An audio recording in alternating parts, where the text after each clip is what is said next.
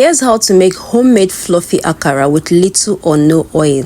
This looks fluffy, yummy and delicious. Let's dive in. First off, I had to prep my beans, wash my beans, and then I go on to add some habanero pepper, cayenne pepper, ginger and onions. I go on to blend and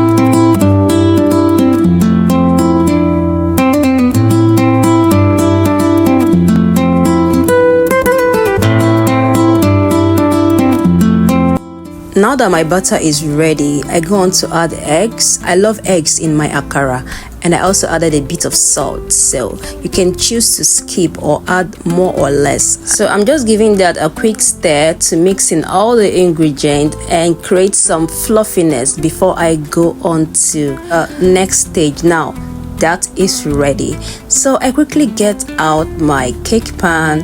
I'll be using this cake pan, and this is very helpful. The reason I'm adding water is because I need steam to cook alongside this. So I'm gonna add some little olive oil.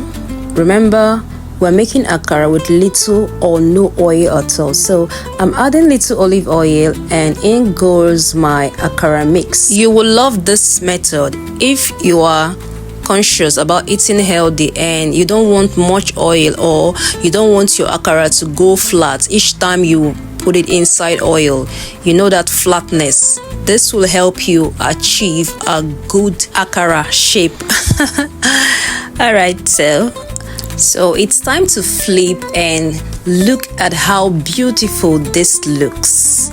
This looks neat, looks clean, looks yummy, looks sumptuous, looks delicious. I can't even explain how this looks.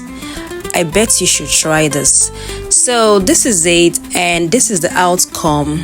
Fluffy.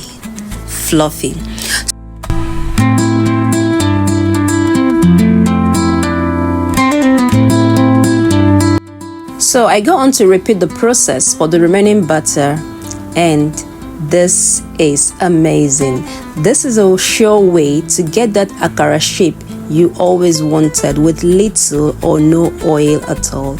So friends, let me know if you'll be trying out this method, and let me know your thoughts. This is so yummy, so delicious. So I'll see you on my next one.